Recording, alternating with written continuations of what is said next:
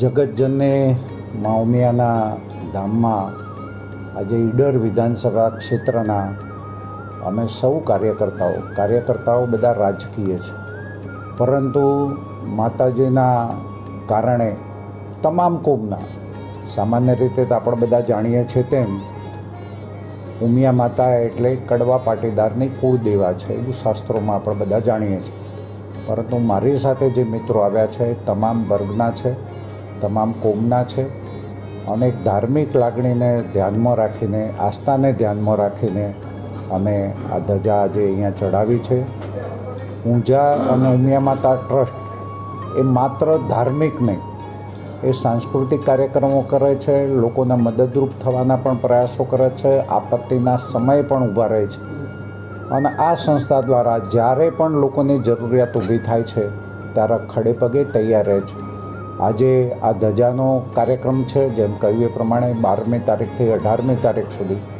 ગઈકાલે ગુજરાતના લોકપ્રિય મુખ્યમંત્રી આદરણીય ભૂપેન્દ્રભાઈ પટેલ, પૂર્વ અમારા નાયબ મુખ્યમંત્રી, અમારું મહેસાણા જિલ્લાનું ગૌરવ એવા નીતિનભાઈ પટેલ હતા. ખૂબ વરસાદ હતો અને એ વરસાદમાં પણ અહીંના સ્વયંસેવક ભાઈઓ અને બહેનોએ જે જહેમત કરી છે અને કાર્યક્રમ જે સફળ બનાવ્યો છે એ બધા અભિનંદનને પાત્ર છે. અને આ બધી જ વાત એ ઉમિયા માતાના સાનિધ્યના કારણે થઈ છે.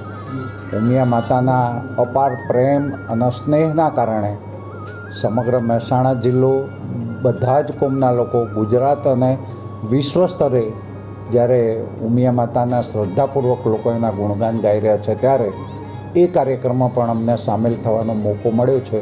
અમે પણ ધન્યતા અનુભવીએ છીએ અને અહીંના જે ટ્રસ્ટી મંડળના સૌ સભ્યો છે એ પણ એક નાના કાર્યકર્તા તરીકે પણ જે પણ આવે એમને ખૂબ દિલથી આવકારે છે.